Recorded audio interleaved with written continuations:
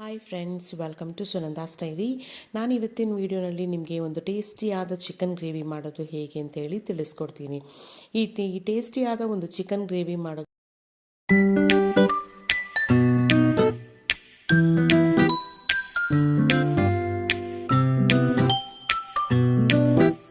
ಅದಕ್ಕೆ ಏನೆಲ್ಲ ಪದಾರ್ಥಗಳು ಬೇಕು ಅಂತ ಮೊದಲಿಗೆ ನೋಡೋಣ.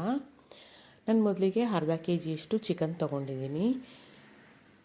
1 ರಿಂದ 2 ಗ್ಲಾಸಷ್ಟು ನೀರು ತೊಗೊಂಡಿದ್ದೀನಿ. 1 ಕಪ್ಪಷ್ಟು ತೆಂಗಿನಕಾಯಿ, 1 ಕಪ್ಪಷ್ಟು ಮೊಸರು, 3 ಈರುಳ್ಳಿ, 1 ಟೊಮೆಟೊ,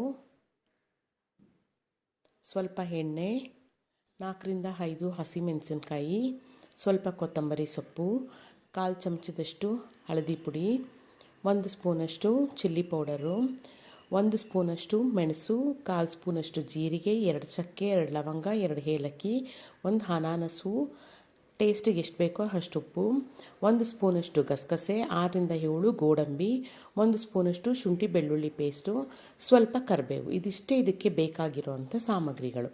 ಇದು ಈಗ ಹೇಗೆ ಮಾಡೋದು ಅಂತ ಹೇಳಿ ನಾನು ಮೊದಲಿಗೆ ತೋರಿಸ್ಕೊಡ್ತೀನಿ. 1 ಬೌಲಲ್ಲಿ ತೊಳೆದಿರೋವಂಥ ಚಿಕನ್ ಹಾಕ್ಕೊಳ್ಳಿ, ಮೊಸರು ಹಾಕ್ಕೊಳ್ಳಿ, ಅರಿಶಿಣದ ಪುಡಿ, ಸ್ವಲ್ಪ ಉಪ್ಪು, ಇದಿಷ್ಟು ಹಾಕ್ಕೊಂಡು ಫಸ್ಟಿಗೆ ಎಲ್ಲ ನೀಟಾಗಿ ಕಲಿಸ್ಬಿಟ್ಟು ಒಂದು ಕಡೆ ಮ್ಯಾರಿನೇಟ್ ಮಾಡಬೇಡ. ಇದನ್ನು ಒಂದು 15 to 20 ಮಿನಿಟ್ಸ್ ಹಾಗೆ ಇಟ್ಬಿಡಿ ಒಂದು ಸೈಡಿಗೆ. ಈಗ ಒಂದು ಮಿಕ್ಸಿ ಜಾರಿಗೆ ತೆಂಗಿನಕಾಯಿ, ಗಸಗಸೆ, ಗೋಡಂಬಿ, ಸ್ವಲ್ಪ ನೀರು ಹಾಕ್ಕೊಂಡು ಇದನ್ನು ನೈಸಾಗಿ ರುಬ್ಕೊಂಬೇಡ.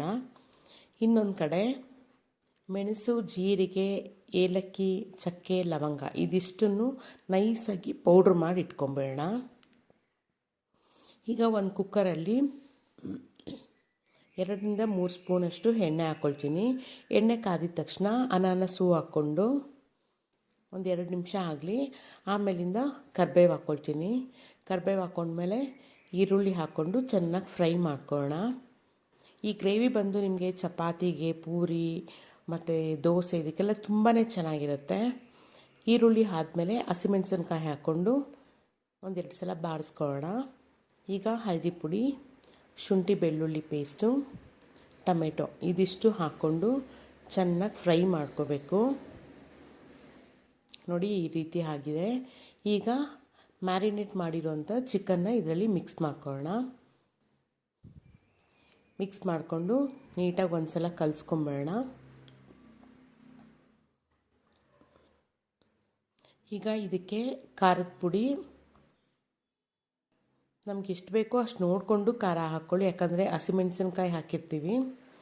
ಉಪ್ಪು ಹಾಕಿ ಚೆನ್ನಾಗಿ ಕಲಿಸ್ಬಿಟ್ಟು ರುಬ್ಬಿರ್ತೀವಲ್ಲ ಈ ತೆಂಗಿನಕಾಯಿ ಇದನ್ನು ಅದರಲ್ಲಿ ಹಾಕಿ ಮಿಕ್ಸ್ ಮಾಡಬೇಡ.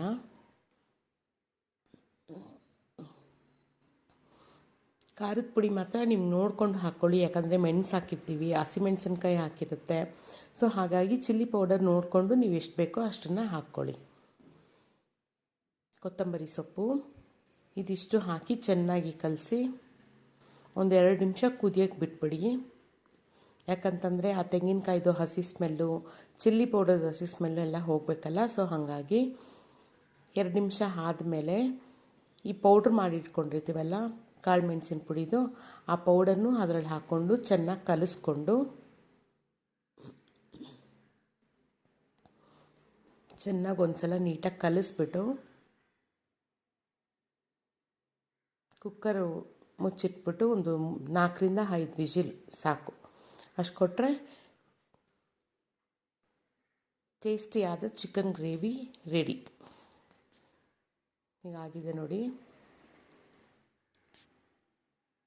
ಈಗ ಚಿಕನ್ ಗ್ರೇವಿ ರೆಡಿಯಾಗಿದೆ. ಫ್ರೆಂಡ್ಸ್, ನಿಮಗೆ ಈ ವಿಡಿಯೋ ಇಷ್ಟ ಆಗಿದೆ ಅಂತ ಅಂದ್ಕೊಳ್ತೀನಿ. ಈ ವಿಡಿಯೋ ಇಷ್ಟ ಆಗಿದ್ದಲ್ಲಿ ದಯವಿಟ್ಟು ಲೈಕ್ ಮಾಡಿ, ಶೇರ್ ಮಾಡಿ, ಮರೀದೆ ನನ್ನ ಚಾನಲ್ನ ಸಬ್ಸ್ಕ್ರೈಬ್ ಮಾಡಿ ಫ್ರೆಂಡ್ಸ್.